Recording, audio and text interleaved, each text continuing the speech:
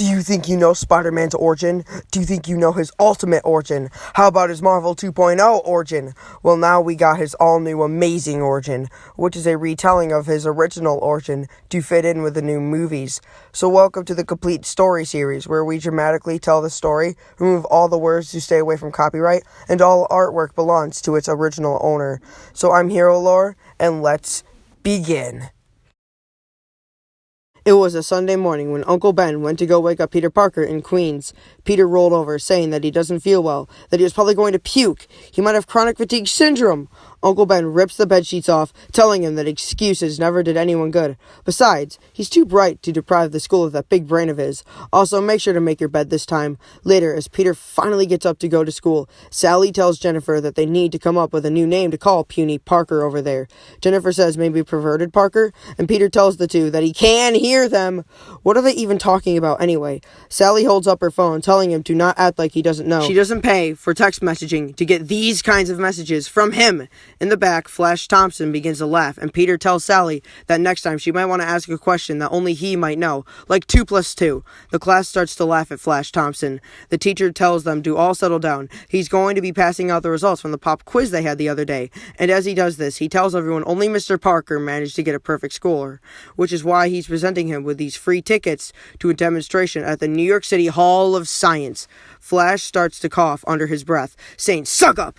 as he throws a wadded ball of paper at Peter Parker. The teacher then asks Flash if there's anything he'd like to add. As class ends, Peter heads out to the Hall of Science to see the radiation exhibit, and as the tour guide starts to explain the wonders of radiation, a live demonstration is shown above everyone. But on that ceiling, a small spider begins to spin its web down through that radiation. Peter looks up, saying that this is so cool, but before he can finish his sentence, he feels a prick on his hand and yells, "Ow!" The tour guide asks if there's anything the matter, and Peter says that something bit him, and he runs outside. When he looks at his hand, he sees where he was bitten, and it begins to appear infected, and then he notices the small spider that he slapped. Peter looks at it and says that this looks like a jumping spider, which shouldn't be venomous, but before he could finish, he runs over to the trash can and begins to throw up. He begins to feel nauseous. He begins to wander around and ends up in the middle of the street. But just before a speeding truck could hit him, he feels something tingling, and he leaps out of the street and onto a building. He looks around for a moment and then asks, "Wait, why am I not falling? I shouldn't be falling, but why am I not falling?" Peter starts to climb up the building, and as he reaches the top, he grabs onto an air vent and begins to crush it. As he gets up, he says, "Okay, I just need to assess the situation. I climbed onto a wall, crushed the pipe without even trying, and it feels like something is trying to mutate inside of me. Wait, I'm too young to be mutated. Maybe it won't be so bad. I mean, no one died from a little radioactive spider bite, right?" He begins to think, what if he was turned into some kind of monster? Or hundreds of tiny spiders are going to crawl out of his skin? As Peter begins to head home that night, he begins to crawl all over his room, saying that some of the nausea was over, and that he is feeling pretty amazing. He can cling to surfaces, his reflexes are superhuman, and he doesn't even need his glasses to see anymore. He jumps around the room, and then he runs up to the garage to test his strength. He lifts up a dumbbell and starts to twist it and knot the bar, saying he would like to see Flash knock him down now. He then heads back to his room, thinking about how he can do anything with this kind of ability. Then he hears about the wrestling match on TV, and the announcer asking if there's anyone that can defeat the great Crusher Hogan. Peter stares at it for a moment and says, "I could be famous!" A couple of weeks later, Peter sits in his room, perfecting his greatest invention ever, web shooters. He tells himself that the agent he met today was pretty skeptical, but after he's done, there won't be any more puny Parker. He puts on the web shooters and presses down. Thwip! The entire room is covered in web fluid. Peter says maybe he should delay the formula just a bit. The next morning, he finishes putting the final touches on his new costume and begins to think of a new name. He, from this day forward, shall be known as Johnny Arachnid. Peter looks at the baggy costume and begins to think, maybe Webhead, Kid Spider, Spider-Man? He then tags the card that he got from his agent, and he calls, telling him, "Hey, it's the spider guy. I know I said I could make my own costume and all, but the agent then says, 'Kid, the time couldn't have been better. We'll get you a costume because in 3 weeks you're going to be guest starring on the Clinton King Show.'" As the coming weeks pass, the Clinton King Show begins to record, and Clinton King tells the audience that they have all been asking questions lately about this Spider-Man guy. So who better to ask than the man himself, the amazing Spider-Man! Spider-Man hangs upside down and tells everyone, "Hiya, Clinton then says, now that we have him here, how about we ask you some questions like, what do you look like underneath that mask? Is there a spider girlfriend back at home? Peter tells him that he thought he was just going to be doing some tricks. Clinton laughs, ha ha ha! A guy that looks like a spider wants to keep his privacy? A recluse, maybe? After the show, Peter's agent was telling him, what did I tell you? This is way better than those wrestling matches you've been doing. Peter starts to take off the mask, telling him, it's so hard to breathe. Kabash stops him, telling him that I don't want to see your face, and judging by the sound of your voice, you're probably a minor. So as far as I'm concerned, I only know you as the amazing Spider-Man, and I'm good at paying cash. As the two go on, a security guard shouts, somebody stop that guy! Suddenly, a man runs by, and the thief looks at Peter, telling him, ha, nice outfit, as he continues to run. The security guard stops, catching his breath, asking him, why didn't you do anything? Peter says, hey, that wasn't my problem. I'm not getting paid to be a rent-a-cop, so if you want to stop bad guys, you should get your own superpowers. The security guard goes back to chasing after the thief, and Kabash says, you're already getting the hang of fame, kid. You're looking out for number one. With Peter appearing more and more on the Clinton King show, the news outlets begin to post more and more of the amazing Spider-Man. However, one news source isn't posting about him, and that's the Daily Bugle. J. Jonah Jameson pulls down his vape, shouting, every two-bit rag is glorifying this masked goon. I, however, am about to show everyone how the Daily Bugle is still the best-selling paper in town, because something people love more than someone to love is someone to hate. The next day, after making an appearance at the mall, Peter notices Sally and Flash from school, and he decides to go talk to them. But before he could make it over there, a woman by the name of Katie stops him. She says that she's from the Daily Bugle, and she's wondering if he had a moment to answer a few questions. Peter says that he is kind of busy, and Katie tells him that it would only take a few minutes. So Peter tells her, fine. She holds out her phone to record, and she asks, how does he feel knowing that he can relate to all ages as Spider-Man? Peter says, well, demographics and all, but Katie goes on telling him that someone even said that Spider-Man could be seen as a predator. Someone who wears a mask could very well be corrupting the kids. Peter is taken back by that, and he asks, wait, what? And Katie goes on, come on, hiding your identity? Choosing a spider as an emblem? These are all things a predator would do. Peter tells her, no, it's just because I was bitten by a radioactive spider, and right now I don't have time for this. As he leaves, Katie folds her arms, stating that, as she would have guessed, he has no comment. But as Peter runs off, he ends up running into a man, smashing his pretzel into his chest. Flash steps back, stating, oh my god, it's Spider-Man, dude, you are so awesome. My name is Eugene Thompson. Everyone calls me Flash, and I'm like your biggest fan. Flash then asks, can you sign my napkin? And Sally says that she is so tweeting about this. Later that night, Peter heads home thinking about, awesome, other than the interview, which sucked, Flash, Jennifer, and Sally all loved him. But as he gets ready to walk into his house, he sees police surrounding the area. Standing on his porch, Peter runs inside, asking what happened, and Aunt May gets up, saying that it was Uncle Ben. But before she could finish, Peter sees the blood on the floor. One of the officers comes inside, shouting that they have found the guy. They gotta move now. Out into the storm, Peter sits atop a building, watching where the police are going. And inside of that abandoned warehouse, the burglar shouts that he can't keep having these cops chase him.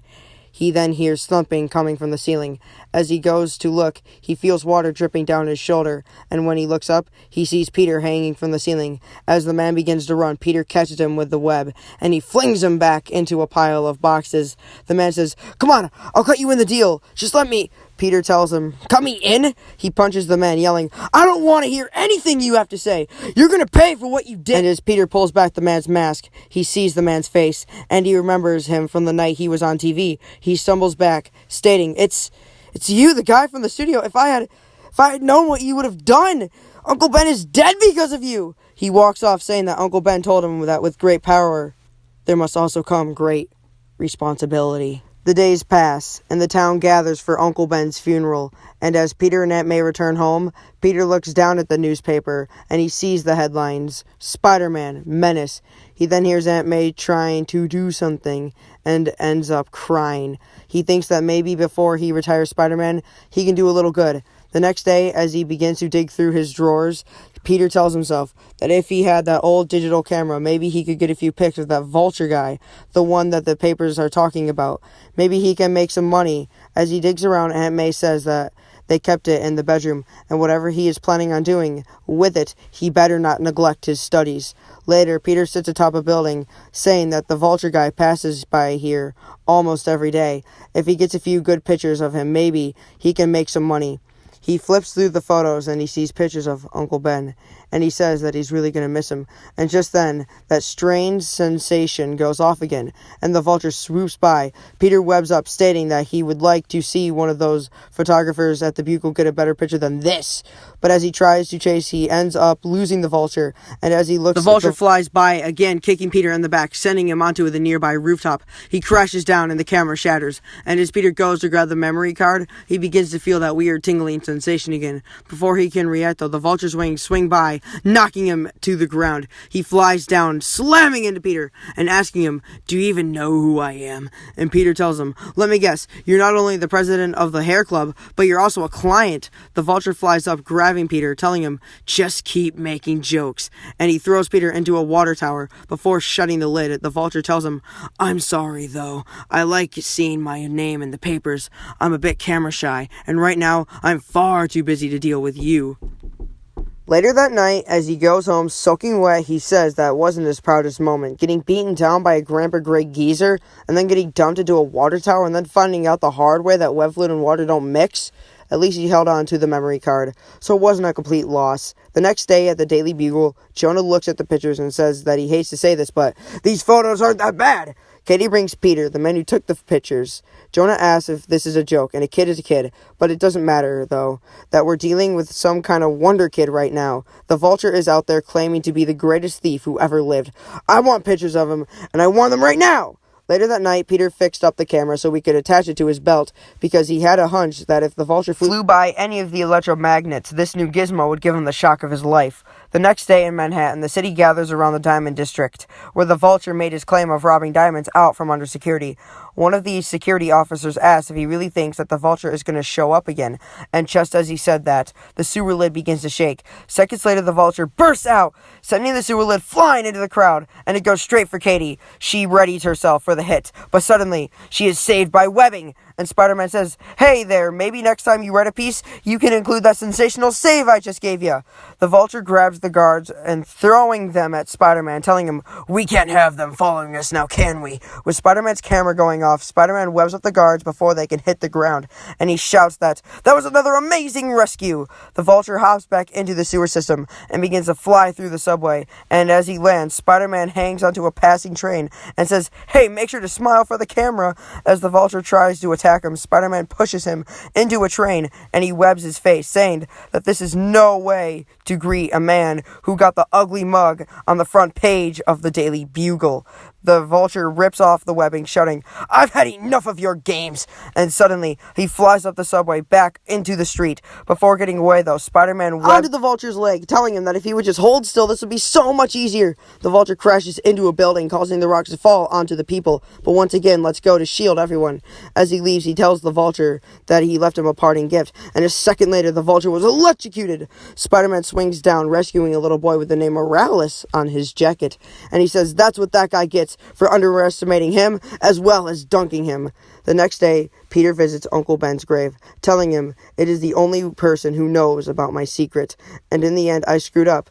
I have this awesome power and I didn't use it for the right reasons, and this is where we are. So even people around think I'm a menace, some kind of menace or whatever, I'm still going to try hard to be the hero you would have wanted me to be. Well, this wraps up the very first episode of Complete Story, where we combine your favorite comic arcs and stories into one big, nice, complete story. Today we covered Spider-Man's new origin, his amazing origin. So please like, comment, and subscribe for more content like this. And as always, my friends, have a marvelous day.